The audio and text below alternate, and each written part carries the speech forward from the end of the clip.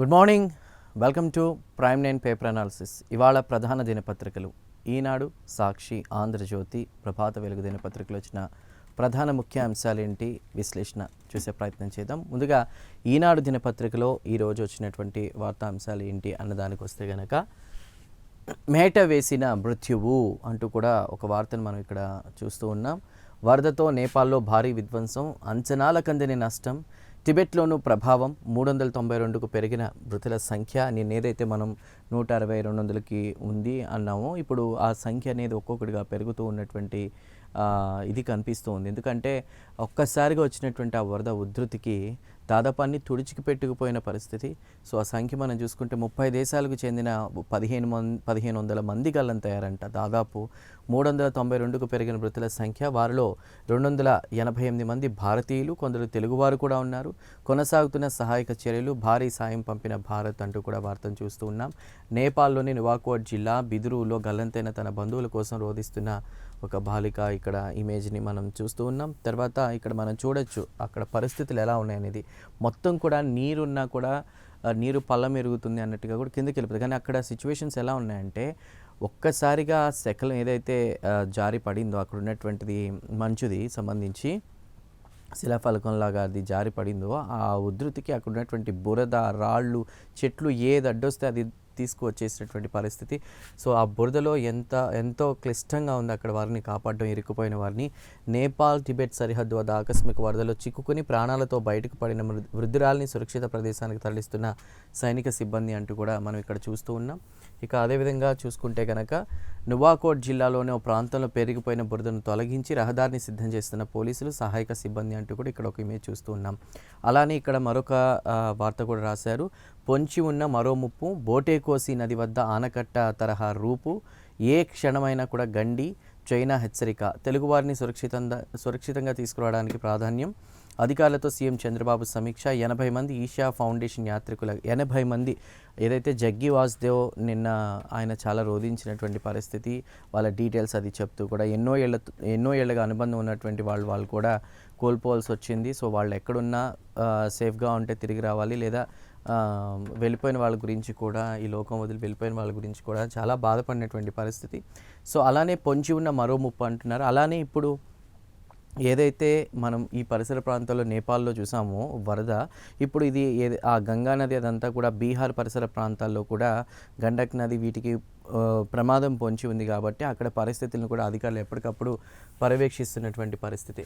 తర్వాత ఈరోజు ఈనాడు దినపత్రికలో వచ్చిన మరో వార్త చూసుకుంటే కనుక ఒలింపిక్స్ స్థాయిలో స్పోర్ట్స్ సిటీ అంటూ కూడా ఇక్కడ ఒక వార్తను మనం చూస్తూ ఉన్నాం. అక్కడ సిఆర్డీఏ సమావేశంలో చంద్రబాబు సమీక్షిస్తున్నటువంటి ఇమేజ్ మనం చూస్తున్నాం. చిత్రంలో మంత్రులు నారాయణ, కేశవ్, సిఎస్ సాయి ప్రసాద్ తదితరులు ఉన్నటువంటి పరిస్థితి. సో 2036 నిర్వహణకు భారత్ పోటీ, దేశానికి అవకాశం వస్తే అమరావతి మంచి వేదిక అవుతుంది. సిఆర్డీఏ సమావేశంలో ముఖ్యమంత్రి చంద్రబాబు పలు ప్రతిపాదనలకు ఆమోదం అంటూ కూడా ఏదైతే ఒలింపిక్ క్రీడలు నిర్వహించేందుకు కూడా అక్కడ సన్నాహాలు చేస్తున్నటువంటి పరిస్థితి. ఆ నేపథ్యంలో సమీక్ష సమావేశానికి సంబంధించినటువంటిది మనం చూస్తున్నాం వార్త. తర్వాత మనం మరొక వార్తను చూసే ప్రయత్నం చేద్దాం. తర్వాత మనం చూసుకుంటే కనుక నల్ల తామర పురుగులకు విరుగుడు, జీవ నియంత్రణే అంటూ కూడా ఇక్కడ ఒక వార్తను చూస్తున్నాం. పదే రసాయనాల వాడకంతో నిరోధక శక్తిని పెంచుకుంటున్నాయి, రైతులు సంయమనం పాటించాలి. ఈనాడుతో NBAIR ప్రధాన శాస్త్రవేత్త కొల్లా శ్రీదేవి అంటూ కూడా తెలుగు రాష్ట్రాల్లో రైతులకు అధిక ఆదాయాన్ని ఇచ్చే మిర్చి పంటల్లో నల్లతామర పురుగు సమస్యగా మారింది. దీని నివారణకు రైతులు పలు రసాయన మందులు వాడుతున్నా పెద్దగా ఫలితం ఉండడం లేదు. పదే వాడడంతో పురుగులు నిరోధక శక్తిని పెంచుకుంటున్నాయి. మరోవైపు వ్యవసాయ ఉత్పత్తుల్లో రసాయన అవశేషాలు ఉండడంతో విదేశీ ఎగుమతులపై ప్రతికూల ప్రభావం పడుతోంది. ఈ సమస్యకు సంబంధించి ప్రత్యామ్నాయంగా జీవ నియంత్రణ విధానం అనేది అనుసరిస్తే నల్లతామర బెడదను కూడా అధిగమించవచ్చని ఏదైతే కొల్లా శ్రీదేవి ప్రముఖ శాస్త్రవేత్త ఆమె చెప్తున్నటువంటి పరిస్థితి. తర్వాత మనం చూసుకుంటే కనుక 43.71 లక్షల మంది ఓటర్లకు నోటీసులు అంటూ కూడా ఒక వార్తను చూస్తున్నాం. వీరిలో 16.23 లక్షల మందికి సంబంధించి కూడా విచారణ పూర్తయింది. అలానే 8,764 మంది అనర్హులుగా గుర్తించారు. పెండింగ్లో మరో 27.41 లక్షల మంది ఓటర్ల విచారణ కొనసాగుతున్న ప్రక్రియ అంటూ కూడా రాసుకొచ్చారు. సో ఏదైతే ఇందులో అనర్హులు అర్హులు వాళ్ళకి సంబంధించి కూడా లెక్కలు తేలుతున్నటువంటి పరిస్థితి. తర్వాత మరొక వార్తను చూద్దాం. ఒలింపిక్స్లో భారత్ పాత్ర పెరగాలి. ఇందాకే మనం అనుకున్నాం. దానికి సంబంధించి ఏపీలో చంద్రబాబు మంత్రులతో వాళ్ళతో సమీక్ష సమావేశం నిర్వహించారు. ప్రధాని సైతం దాని మీద ఫోకస్ చేశారు. ఒలింపిక్స్లో భారత పాత్ర పెరగాలి, సత్ప్రవర్తనకు క్రీడల మార్గం, ఖేలో ఇండియా కార్యక్రమంలో మోదీ అంటూ కూడా ఒక వార్తను చూస్తూ ఉన్నాం. అలానే 18 ఏళ్లలోపు వారికి రోజుకు 2 గంటల పాటే అనుమతి, అర్ధరాత్రి నుంచి ఉదయం 6 గంటల వరకు బ్లాక్ అంటూ కూడా మరొక వార్త చూస్తున్నాం. ఫేస్బుక్, ఇన్స్టాగ్రామ్ యాప్లకు భారీ మార్పులు చేయనున్న మెటా. ఏదైతే ఈ మధ్య కాలంలో సోషల్ మీడియాకు సంబంధించి కావచ్చు, యువత సమయం ఎక్కువగా ఫోన్లలోనే ప్రపంచం అంతా కూడా గడుపుతున్న నేపథ్యంలో, అలానే అసాంఘిక కార్యకలాపాలు లేదంటే ఇతర అంశాల మీద ఎక్కువ ఫోకస్ చేస్తూ క్రైమ్ రేట్ కూడా పెరుగుతున్న నేపథ్యంలో కొన్ని రాష్ట్రాల ప్రభుత్వాలు ఇప్పటికే ఫోకస్ చేశాయి.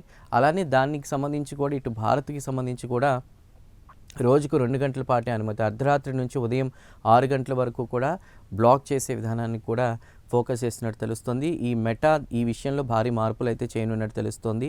సో ప్రభుత్వాల ఒత్తిడితో 29న బంగాళాఖాతంలో అల్పపీడనం, సెప్టెంబర్ 2 వరకు వర్షాలు పడే అవకాశం అంటూ కూడా వాతావరణానికి సంబంధించిన అప్డేట్ చూస్తూ ఉన్నాం. తర్వాత మనం చూసుకుంటే కనుక దీపలక్ష్మి నమోస్తుతే తీతీదే ఆధ్వర్యంలో సామూహిక దీపోత్సవం. తిరుపతి శ్రీ రామచంద్ర పుష్కరిణి వద్ద ఇటీవల నిర్వహించిన సామూహిక శ్రీ మహాలక్ష్మి దీప పూజలో కొలువుదీరిన అమ్మవారు అంటూ కూడా ఇక్కడ ఫోటో చూస్తున్నాం. ఏదైతే ఈ కార్యక్రమానికి సంబంధించినటువంటి వివరాలు మనకి 2వ పేజీలో ఉన్నాయి. అలానే భవిష్యత్తులో 15 రోజులకోసారి నిర్వహణకు ప్రణాళికలు, సెప్టెంబర్ 11న నెల్లూరులో అంటూ కూడా రాసుకొచ్చారు. తర్వాత మరో వార్తలోకి వెళ్దాం. చిలకలూరిపేటలో ఘోర రోడ్డు ప్రమాదం, 7 మృతి, 8 మందికి తీవ్ర గాయాలు అంటూ రాసుకొచ్చారు. ఆటోను ఢీకొట్టిన ప్రైవేట్ ట్రావెల్స్ బస్, పుట్టినరోజు వేడుకలకు వెళ్ళొస్తుండగా ఘటన, క్షతగాత్రుల్లో 4 చిన్నారులు అంటూ కూడా రాసుకొచ్చారు. ఈ మధ్యకాలంలో రోడ్డు ప్రమాదాలు ఎక్కువయ్యాయి. అందున ఎక్కువగా కూడా ఏదైతే ఇతర కార్యక్రమాలకు వాటికి వెళ్ళొస్తూ ఉండగా కూడా ఈ ప్రమాదాలు ఎక్కువగా జరుగుతున్నాయి. బట్ రోడ్ సేఫ్టీ విషయంలో, వాహనాల తనిఖీ విషయంలో అధికారులు ముఖ్యంగా ఫోకస్ చేయాల్సిన అవసరం ఎంతైనా ఉంది. ఈ దీనికి సంబంధించి నిన్న డిప్యూటీ సీఎం పవన్ కళ్యాణ్ కూడా మాట్లాడినటువంటి పరిస్థితి. తర్వాత మరో వార్తను చూద్దాం. వీడలేక విడిపోతూ అంటూ కూడా ఒక వార్తను చూస్తున్నాం. కట్టుకున్న ఇళ్లను, కన్న తల్లి లాంటి ఊళ్లను వదిలి తరలిపోతున్న వెలుగొండ నిర్వాసితులు మళ్ళీ అందరం కలుసుకోలేమని హడావుడిగా పిల్లలకు పెళ్ళిళ్ళు అంటూ కూడా ముంపు గ్రామాల్లో భావోద్వేగ ఘటనలు అంటూ చూస్తున్నాం. ఇదైతే మనం ఇక్కడ ఉన్నటువంటి ఇమేజ్కి సంబంధించి చూసుకుంటే గుండంచెర్ల గ్రామంలో ఇంటిని పగలగొట్టి నిర్మాణ సామాగ్రిని తరలిస్తున్నటువంటి ఫోటో.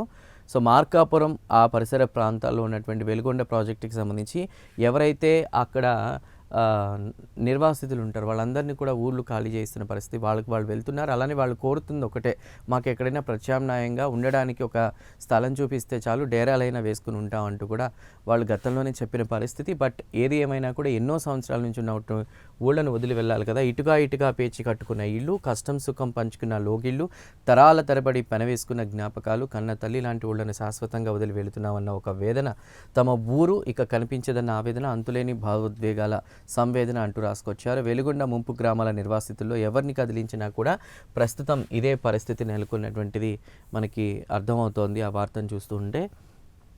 అలానే ఈరోజు ఈనాడు దినపత్రికలో వచ్చినటువంటి వార్తా హెడ్లైన్స్ అయితే ఇవి. తదుపరి సాక్షి దినపత్రికలో ఉన్నటువంటి వార్తలు చూద్దాం. ముందుగా నేషనల్ కవర్ చేద్దాం. రేపటి నుంచి మోదీ విదేశీ పర్యటన. ప్రధాని మోదీ శనివారం నుంచి విదేశాల్లో పర్యటించనున్నారు. ఉజ్బెకిస్తాన్ అలానే కిర్గిజిస్తాన్లో 4 రోజుల పాటు ఆయన పర్యటిస్తారు. అలానే మరొక వార్త చూస్తే అన్ని పార్టీలతో చర్చించాలి, డీలిమిటేషన్పై ప్రభుత్వ ప్రతిపాదనలను అన్ని పార్టీలతో పంచుకోవాలంటూ కాంగ్రెస్ పార్టీ అధ్యక్షుడు మల్లికార్జున్ ఖర్గే ఏదైతే ప్రధానికి లేఖ రాశారో దానికి సంబంధించిన వార్త. పేట్రియాట్ల కొరత అత్యంత తీవ్రం, యూరప్లో అధునాతన క్షిపణి నిరోధకాల కొరత అత్యంత తీవ్రస్థాయిలో ఉందని అమెరికా రక్షణ అధికారి ఒకరు తెలిపారు. ఆ వివరాలు ఇది మనకి ఇంటర్నేషనల్ న్యూస్. అలానే 6.5 కోట్లతో సెటిల్మెంట్. జి సుభాష్ చంద్ర 22,657 కోట్ల బకాయి కేసులో కేవలం 6.5 కోట్లు చెల్లిస్తే చాలని ఎన్సీఎల్టీ తెలిపినటువంటి పరిస్థితి. అలానే మరొక వార్త చూద్దాం. మనకు మనం అన్న దన్ను అదనం అంటూ కూడా రాసుకొచ్చారు. ఒకప్పుడు రక్షణ అంటే బలమైన హస్తం, ఆపదలు ఆదుకునే అన్నయ్య భరోసా.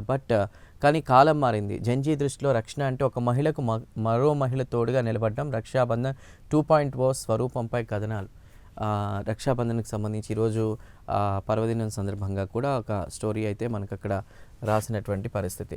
సో తర్వాత మనం చూసుకుంటే కమిషనర్ అవుట్, పిఆర్సీ లేదు, ఉద్యోగులకు వెన్నుపోటు అంటూ ఒక వార్త రాసుకొచ్చారు. ఆ వార్త డీటెయిల్స్లోకి వెళితే ఎన్నికల హామీలను విస్మరించి బాబు సర్కార్ మోసాలంటూ కూడా రాసుకొచ్చారు. ఉద్యోగులకు చెల్లించాల్సిన బకాయిలు 40,000 కోట్లకు పైనే అంటూ కూడా ఉద్యోగులకు సంబంధించి కూటమి ప్రభుత్వం మోసం చేస్తోంది. ఆ మోసాన్ని మేము ఎప్పటికప్పుడు చెప్తూ ఉన్నామంటూ కూడా చెప్పే ప్రయత్నం చేశారు. చంద్రబాబు నిర్వాకం వల్ల ఒక్కో ఉద్యోగి దాదాపు 5 లక్షల నుంచి 10 లక్షల వరకు నష్టం.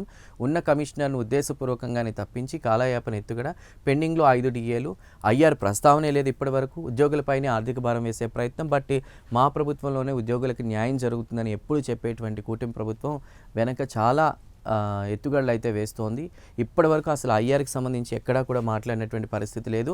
పాత బేసిక్ పైనే గ్రాట్యుటీ, కమ్యూటేషన్ లెక్కింపు, రిటైర్ అయిన వేలాది మందికి జీవితాంతం పూడ్చలేని నష్టమే. పొరుగు రాష్ట్రాల్లో చకచకా పిఆర్సీలు ఇస్తుంటే ఇక్కడ మాత్రం ఇలాంటి సిచ్యువేషన్ ఆంధ్రప్రదేశ్లో, అది టీడీపీ కూటమి ప్రభుత్వంలో ఉద్యోగులకు అడుగడుగున మోసమే అంటూ కూడా ఏదైతే వెన్నుపోటు పొడిచారు ఉద్యోగులకు అంటూ కూడా రాసుకొచ్చినటువంటి పరిస్థితి. తర్వాత మృత్యు పంచ, పుట్టినరోజు వేడుక నుంచి ఆటోలో వస్తున్న వారు మరో అరగంటలో ఇళ్లకు చేరుకుంటారు అనుకున్న వేళ మృత్యువు బస్సు రూపంలో దూసుకొచ్చింది. చిలకలూరుపేటలో ఆటోను ట్రావెల్స్ బస్సు ఢీకొట్టడంతో 7 మరణించగా మరో 8 మంది గాయపడ్డారు. మృతులంతా కూడా ఒకే ఊరికి సంబంధించిన వారు, బంధువులు కూడా.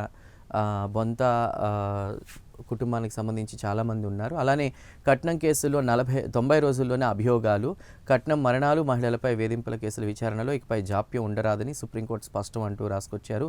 ఈ కేసుల్లో ఛార్జ్షీట్ దాఖలైన 60 నుంచి 90 రోజుల్లోగా అభియోగాలు ఖరారు చేయాలని కింది కోర్టులను ఆదేశించినటువంటి పరిస్థితి. సో అలాగైతే పునర్వివాహం చేసుకోవచ్చు. విడాకుల వ్యాజ్యానికి సంబంధించి దాఖలైన అప్పీల్ను డీఫాల్ట్ కారణంగా కొట్టివేస్తే పునర్వివాహానికి సంబంధించి హిందూ వివాహ చట్టంలోని సెక్షన్ 15 నిబంధనలు వర్తించబోవని మద్రాస్ హైకోర్టు మదురై బెంచ్కు స్పష్టం చేసింది. అలానే రీల్స్తో రీచ్ అంటూ మరొక వార్త చూస్తున్న భారతీయ మార్కెట్ను సైతం సోషల్ మీడియా రీల్స్ ప్రభావితం చేస్తున్నాయని మెటా సర్వేలో వెల్లడైంది. షాపింగ్ సంబంధించినటువంటి ట్రెండ్స్ కావచ్చు, రీల్స్ ప్రభావితం చేస్తున్నాయి. జెన్జీ నుంచి గ్రామీణుల వరకు రీల్స్ పైనే ఆధారపడుతున్నారనేటువంటిది ఇప్పుడే మనం ఒక వార్త చూసాం. మెటాకి సంబంధించి, యూత్కి సంబంధించి, అంటే ఎవరైతే జెన్జీ ఉంటారో పిల్లలు, వాళ్ళకి సంబంధించి కూడా ఉదయం 6 గంటల నుంచి అర్ధరాత్రి నుంచి 6 గంటల వరకు కొంత నిషేధాన్ని విధించే వరకు ప్రయత్నం జరుగుతుంది. మరోవైపు రీల్స్ అనేవి ప్రస్తుతం జనరేషన్ మీద ఎక్కువగా ప్రభావితం చూపిస్తుందంటూ కూడా సర్వేలో వెల్లడైంది. మెటా సర్వేలో అది రాసుకొచ్చారు.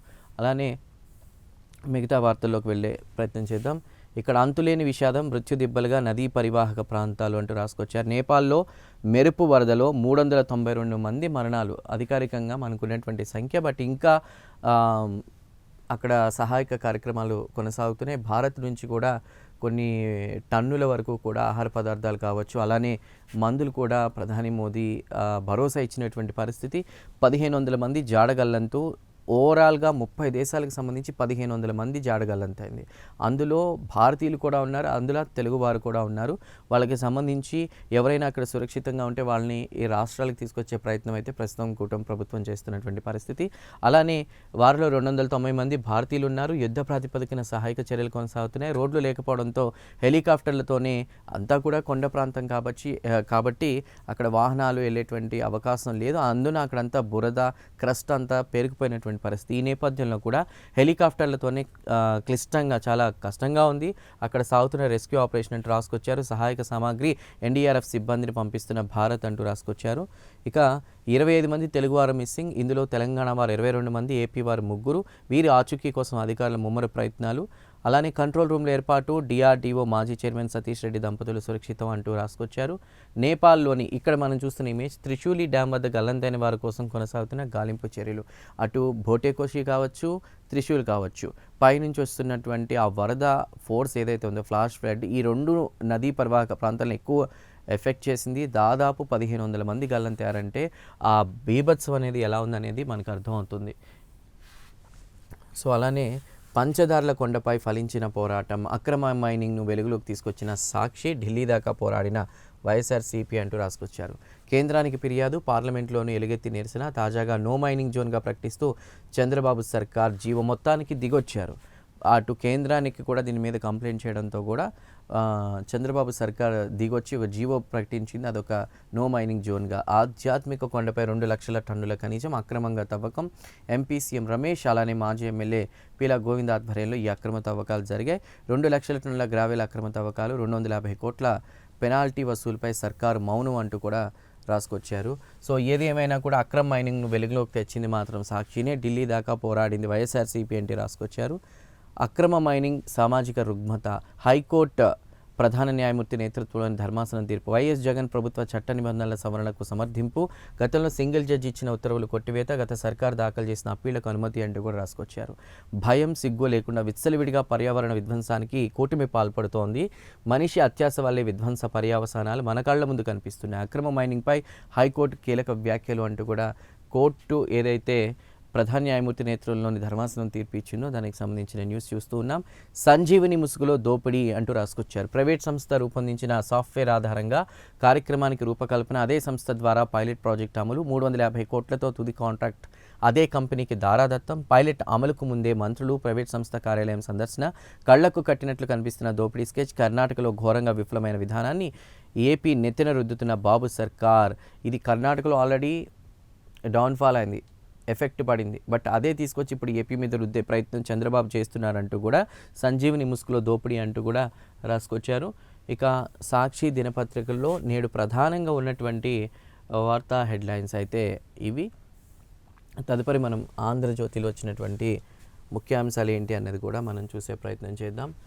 ప్రముఖ నటుడు నారాయణరావు మృతి అంటూ కూడా ఇక్కడ రాసుకొచ్చారు.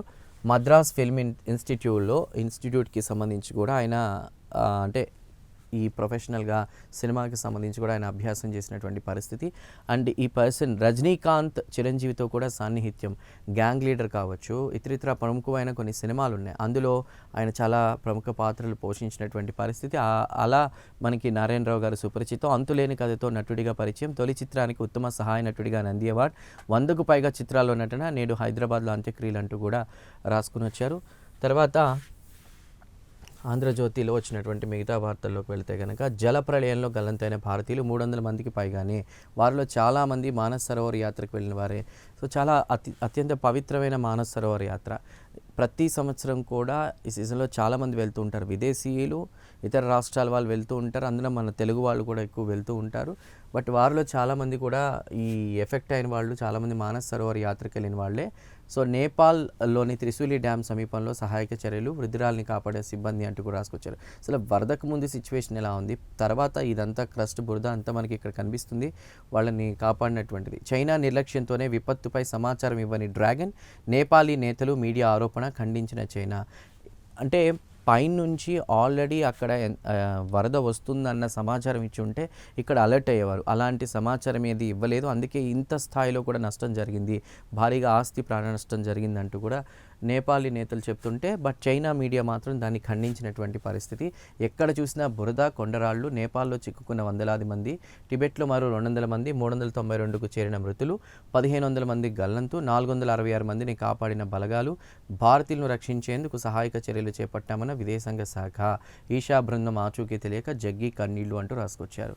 ఇప్పుడు ఇక్కడున్న సమాచారం ప్రకారం ఏపీ వాసులు 7 గల్లంతు అంటూ రాసుకొచ్చారు. అందరినీ క్షేమంగా తేవడమే మన ప్రాధాన్యం అంటూ కేంద్రం ఎంబసీలతో టచ్లో ఉండేటట్టు చంద్రబాబు, లోకేష్ చెప్పిన పరిస్థితి. నేపాల్లో వరద బీభత్సం తర్వాత దొరకని జాడ, ఫోన్లు స్విచ్ ఆఫ్ కావడంతో కుటుంబాల్లో ఒక టెన్షన్ వాతావరణం నెలకొంది. ప్రతికూల వాతావరణంతో కొందరికి అస్వస్థత. పరిస్థితిని సమీక్షిస్తున్న మంత్రి లోకేష్ ఢిల్లీ ఏపీ భవన్లో కంట్రోల్ రూమ్ ఏర్పాటు చేసినటువంటి పరిస్థితి అంటూ రాసుకొచ్చారు. సో మొత్తం మీద అయితే అధికారికంగా ఉన్న లెక్కల ప్రకారం 1500 మంది ఓవరాల్గా ఎఫెక్ట్ అయ్యారు అన్ని దేశ విదేశాలకు సంబంధించి. బట్ అందులో 300 మంది కూడా ఇక్కడ గల్లంతైనటువంటి పరిస్థితి. ఇలాంటి ప్రమాదం ప్రతి సంవత్సరం కూడా వస్తుంది, బట్ ఈ సంవత్సరం ఇంకా ఎక్కువ ఎఫెక్ట్ అయింది కాబట్టి అలాంటివి జరగకుండా కూడా ఆల్టర్నేటివ్స్ ఏమైనా ఉన్నాయా, దాని మీద ప్రభుత్వాలు ఫోకస్ చేయాల్సిన అవసరం ఎంతైనా ఉంది. మరో ఘోరం, పల్నాడులో ఆటోను ఢీకొట్టిన బస్సు 7 మృతి. ఆ వార్తను ఆల్రెడీ మనం కవర్ చేసాం. ఒకే గ్రామానికి చెందిన 15 మంది. చిలుకలూరుపేటలో ఢీకొట్టిన ప్రైవేట్ బస్సు మృతుల్లో 6 మహిళలు, 4 చిన్నారులు సహా 8 మందికి గాయాలు. బాధితులంతా ఒకే గ్రామానికి చెందిన బంధువులు. అనంతపురం జిల్లాలో విద్యుత్ స్తంభాన్ని ఢీకొట్టిన కారు, 2 మృతి, మరో 2కి తీవ్ర గాయాలు. CM Chandrababu, deputy CM Pawan దిగ్భ్రాంతి అంటూ రాసుకుని వచ్చారు. ఇందాక మనం అనుకున్నట్టే కొంచెం ఫోకస్ చేయాలి, ప్రభుత్వాలు గట్టిగా స్ట్రిక్ట్ యాక్షన్స్ తీసుకోలేదు. ప్రమాదం జరిగినప్పుడు తూతు మంత్రంగా యాక్షన్ తీసుకోవడం, లేదంటే వాటి మీద ఫోకస్ చేయడం కాకుండా నిరంతర పర్యవేక్షణ అనేది దీనికి సంబంధించి ఉండాలి. రోడ్డు ప్రమాదాలని అరికట్టే ప్రయత్నం అయితే చేయాలి. సో తర్వాత మనం చూసుకుంటే వెలుగుల వెలిగొండ, ఇక్కడ కొల్లం వాగు వద్ద హెడ్ రెగ్యులేటర్కి సంబంధించిన ఇమేజ్ చూస్తున్నాం. వెలిగొండ సొరంగం చూస్తున్నాం. నెరవేరనున్న 30 ఏళ్ల కల కరువు నేలకు కృష్ణమ్మ అంటూ రాసుకొచ్చారు. ఈ నెల 31న ప్రాజెక్ట్ జాతికి అంకితం చేసే ఏర్పాట్లు చేస్తున్నారు. తీరనున్న మార్కాపురం జిల్లా వాసుల కష్టాలు, ప్రకాశం, నెల్లూరు, కడప జిల్లాలకు లబ్ధి, కరువు కాటకాలు, ఫ్లోరైడ్ సమస్యలకు అంచనా వ్యయం దాదాపు 10,200 కోట్లుగా కూడా ఉంది. సో సామర్థ్యం చూసుకుంటే 53.85 టీఎంసీలు, మొత్తంగా 4.47 లక్షల ఎకరాలకు సాగునీరు అందించే ప్రయత్నం జరుగుతోంది. 23 లక్షల మందికి తాగునీరు, సాగునీరుకి సంబంధించిన ఏర్పాట్లు జరుగుతూ ఉన్నాయి. 1996లోనే నాటి సీఎం చంద్రబాబు భూమి పూజ, ఇప్పుడు ప్రారంభించేది కూడా ఆయనే. ఇక్కడ వైఎస్ఆర్సీపీ ప్రభుత్వ హయాంలోనే, వైఎస్ రాజశేఖర రెడ్డి టైంలోనే దీనికి సంబంధించిన పనులు అప్పట్లోనే పునాది పడింది. వైఎస్ఆర్సీపీ ప్రభుత్వం వచ్చిన తర్వాత జగన్మోహన్ రెడ్డి దాని మీద ఫోకస్ చేశారు. ప్రారంభిస్తుంది ఈ చంద్రబాబు అంటూ నిన్న మనం చూసాం. బట్ ఇక్కడ 96లోనే చంద్రబాబు దీనికి భూమి పూజ చేశారు. ఇప్పుడు ప్రారంభించేది ఆయన అంటే రాసుకొచ్చారు. ప్రాజెక్టు పనులను అపహాస్యం చేసిన వైసీపీ, జగన్ పాలనలో 140 కోట్ల బిల్లులు పెండింగ్, పైగా జాతికి అంకితం అంటూ కూడా మోసం చేసే ప్రయత్నం అయితే వాళ్ళు చేశారంటూ రాసుకొచ్చారు. పెండింగ్ బిల్లులు చెల్లించిన కూటమి, ఆల్మోస్ట్ ఏదైతే జగన్ పాలనలో 140 కోట్ల పెండింగ్ బిల్లులు ఉన్నాయో వాటిని కూటమి ప్రభుత్వం చెల్లించింది. 2 ఏళ్లలోనే 2,402 కోట్ల పనులు పూర్తి చేశారు. చెప్పిన గడువు నాటికే తొలి దశ కూడా పూర్తి చేశారు అంటూ కూడా రాసుకొచ్చారు. ఒకటి మంచి అయితే జరిగింది. మార్కాపురం అంటే నిర్వాసితులకి ప్రత్యామ్నాయ ఏర్పాట్లు అవి చేసినా అక్కడున్న ఫ్లోరైడ్ సమస్యకి చెక్ పడేలాగా సాగునీరుకి సంబంధించి కూడా కూటమి ప్రభుత్వం ముందడుగు వేసినట్టుగా కూడా మనకు దాన్ని బట్టి అర్థమవుతుంది. వాళ్ళ కష్టాలు అయితే తీరాలి, అక్కడున్న ప్రజల కష్టాలు అయితే తీరాలి. క్వాంటమ్ ఏఐ వర్సిటీ అమరావతిలో 730 కోట్లతో దేశంలోనే తొలిసారిగా ఏర్పాటు, 8.5 ఎకరాల్లో క్యాంపస్, సిఆర్డీఏ ఆమోదం, సెప్టెంబర్ 13 నుంచి తరగతులు. ఈ ప్రాజెక్టు కోసం IIT Tirupati, triple Sri City, AU, జేఎన్టీయూతో NIELIT భాగస్వామ్యం అంటూ కూడా రాసుకొచ్చారు. కుటుంబ ప్రభుత్వం మొదటి నుంచి చెప్తుంది క్వాంటమ్ ఏఐ అనేది చాలా రానున్న రోజుల్లో ఎక్కువగా అంటే అందరికీ కూడా అందుబాటులోకి రానుంది. దీనికి సంబంధించి కూడా విద్యార్థుల స్కిల్స్ అనేవి నేర్చుకోవాలంటూ చెప్తూ ఉన్నారు. సో ఇప్పటికైతే అమరావతిలో 730 కోట్లతో దేశంలోనే తొలిసారిగా ఏర్పాటు చేయబోతున్నారు. 8.5 ఎకరాలు ఈ క్యాంపస్. 13 నుంచి కూడా ఆల్రెడీ క్లాసెస్ స్టార్ట్ చేసే యోచనలో వాళ్ళు ఉన్నారు. సీట్లు ఉన్నాయి, విద్యార్థులే కావాలి. కన్వీనర్ కోటాలో మిగిలిపోయిన 46,000 సీట్లు, మేనేజ్మెంట్లో మరో 50,000 సీట్లు, ముగిసిన ఇంజనీరింగ్ తుది దశ కౌన్సిలింగ్, మెకానికల్, సివిల్, ట్రిపుల్ కోర్సులు వెలవెల. ఇక సిఎస్సిలోనూ భారీగా మిగిలిన సీట్లు, 9 బ్రాంచ్ల్లో సింగిల్ డిజిట్ అడ్మిషన్లు అంటూ కూడా రాసుకొచ్చారు. ఎన్డీఏ కూటమికి 326 సీట్లు, అందులో బీజేపీకి 261 సీట్లు, ఇండీ కూటమికి 185 సీట్లు, అందులో కాంగ్రెస్కు 106. India Today C Voter mood of the nation సర్వేలో వెల్లడి. ఇప్పటికిప్పుడు ఎన్నికలు జరిగితే మళ్ళీ ఎన్డీఏ ప్రభుత్వమే వచ్చేటువంటి అవకాశాలు కనిపిస్తున్నాయి. ఆ నేపథ్యంలో కూడా దాదాపు 326 సీట్లు వచ్చేటువంటి అవకాశం ఉంది అంటూ కూడా ఒక సర్వే ఏదైతే India Today C Voter mood of the nation సర్వేలో వెళ్ళనట్టు కూడా మనం ఇక్కడ ఒక వార్తను మనం చూస్తూ ఉన్నాం. సో ఇది ఈరోజు ఆంధ్రజ్యోతి దినపత్రికలో వచ్చిన వార్తా హెడ్లైన్స్.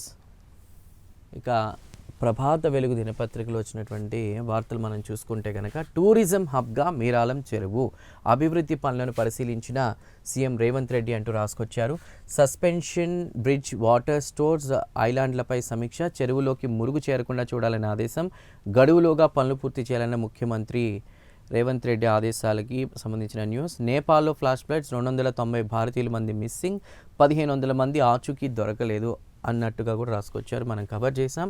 అలానే ఆటోకు 1,00,000 క్యూర్ పరిధిలో పాత ఆటోల స్థానంలో ఏదైతే ఈవీలకి సంబంధించి 18,766 పాత ఆటోల మార్పిడికి 200 కోట్లు రాజీవ్ యువ వికాసం కింద నిధుల కేటాయింపు. ఇప్పటికే దీనికి సంబంధించి ఆటోల వాళ్ళందరూ కూడా ఒక రకంగా బంద్ పాటిస్తూ కూడా వ్యతిరేకిస్తున్న పరిస్థితి అయినప్పటికీ కూడా పర్యావరణ పరిరక్షణకి సంబంధించి దృష్టిలో ఉంచుకుని వాతావరణ కాలుష్యం కాకుండా ఈవీల వైపు మొగ్గు చూపుతుంది ప్రభుత్వం. క్యూర్ పరిధిలో పాత ఆటోల స్థానంలో ఈవీలు ఇచ్చే ప్రయత్నం, 18,766 పాత ఆటోల మార్పిడికి దాదాపు 200 కోట్లను కూడా ఇన్వెస్ట్ చేయబోతోంది.